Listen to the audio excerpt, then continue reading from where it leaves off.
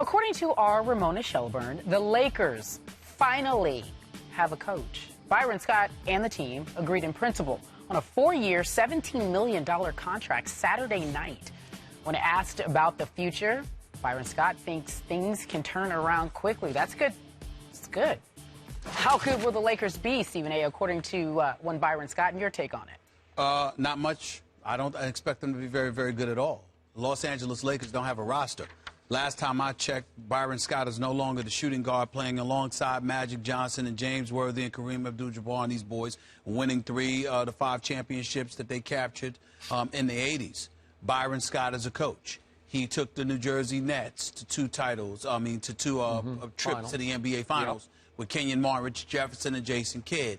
He took the New Orleans Hornets to the playoffs with Chris Paul, putting forth one of the most epic beatdowns I've ever seen, what he distributed to Jason Kidd, Chris Paul, sort of his coming out party when he kept pulling out his mouthpiece saying he can't guard me, to get revenge on Jason Kidd because of the separation that Jason Kidd had with Byron Scott, because the belief is Jason Kidd got him fired when he was in New Jersey. Byron Scott still hasn't forgiven that. I'm here to tell you that right now. But I will say this to you. I think that Byron Scott knows the game. I think that he's fiery. He gets in guys' faces. He will hold them accountable. Plus, I think he has the uncanny ability to do that while cultivating relationships with them. Okay? So, in that regard, I think he's good for the Lakers. I would consider it a good hire because I think that's what Kobe wants. That's what Kobe needs, and that helps. Thank goodness Kobe finally got something he wanted in L.A. But in the end, who are you playing with? And no disrespect to the Jordan Hills and the Swaggy P's, Nick Young, and people like that. Carlos Boozer's there now with a post presence or whatever. I'm just looking at the Los Angeles Lakers, and I'm saying your roster is side.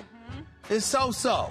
You're not going to, it's not like you're going to win 15 games, but you ain't going to win 50. You know, you're going to be interesting from time to time. You'll win a few games. You'll probably miss the playoffs. It's nothing special because Byron Scott doesn't have the roster for this team to be special. It's that simple to me. I disagree with your take on the Lakers. I think they're going to be better than you think. We'll see. I think you're being disrespectful. Oh, please stop. But not being disrespectful. Well, you see that roster? Who's that guy? Help Kobe? me out. Oh, yeah, that Kobe guy. Is he still playing? Yeah, he does. Oh. I'm talking about one. I know what Kobe can do. My questions are not about do him. you? Because I don't know what he can do now. I do. This will be his 19th year, coming off 2 very serious injuries. I believe in the Mamba. Well, do you? I believe in the Mamba. Excuse me, the Mamba was there in his prime after Shaq left, won just 34 games. And then another year, they got to the first round of the playoffs once Phil came back, and they got bounced out in the first round. The Mamba cannot do it by himself. That's all I'm saying. Okay. I'm going to guess, and I can only guess, that the Mamba will be 80% of what he used to be. And if I'm right about that, I think the Lakers will be much better than people think. They will not make the playoffs in the Western Conference, but I think they'll finish about what the Timberwolves finished this year, which is 40-42. I could see them winning 40 games if Kobe's 80% of the old Kobe. All right. And I'm going to point out to you, over the last 3 games, remember, this is Kobe's 19th season, 19th year. That's just incomprehensible to me. But he's the man. Okay. Over the last 3 seasons, he hasn't played a whole lot of basketball. Which is why you shouldn't which is why you should not sweat the 19 years. Okay. Because over the last couple of years, he hasn't played any games. The silver lining to the last 3 years, as bad as they were, starting with the lockout year, and then the Achilles year, and then the 2 injuries last year, is that he went, what, 58 games in the lockout season plus 12 in the playoffs, then 78 before he tore his Achilles, missed the playoffs, and only 6 last year. Well, those are the 3 easiest seasons that he's ever played. The previous 15 were much harder on his body. So I'm going to think if he can bounce back, he's got a real good shot at bouncing back. And then I look at the rest of this roster that you just quickly dismiss. I think Julius Randle will be pretty good. And I think Ed Davis was a quietly very good move. Just a small, big move for them. He's a good front-line player. All right. Their front line is going to be And relatively different, Okay. decent, with Boozer added to the mix. Jeremy Lin's on the squad in the backcourt. I think he's slightly above average. And so if you put Jeremy Lin out there with Swaggy P, let's just call him Nick Young, because I think he's pretty good. And I think Jordan Hill in spurts can be pretty good. And I think Ryan Kelly had his moments last year. You can laugh all you want. I think he's pretty good. Wesley Johnson's pretty good. Xavier Henry had his moments last year. He was pretty good. I just went about, what did I go, 10 or 11 deep? I think that's pretty good. If Kobe is 80% of Kobe, well, now I'm looking at a respectable team next year. Well, see, first of all, when I say Swaggy P, I'm not knocking Nick Young. I'm just knocking the nickname. I mean, I think you could do better than Swaggy P. Okay, that's just me. I think it's caught on. Am I right? Well, of course it caught on, but that don't mean it's for a good reason. Okay, so that's number one. Number two. What I'm trying to say, Skip Bayless, it's about the Western Conference. Now, if you're in the East and I look at the Laker roster, I say, you know what? They're going to make the playoffs. They're going to be all right. No doubt. All right. In the West, San Antonio, Oklahoma City, the Clippers, Golden State, Portland, Houston. I mean, come on now. So all I'm saying to you is I look at them and I say, hey, you know, you're out West.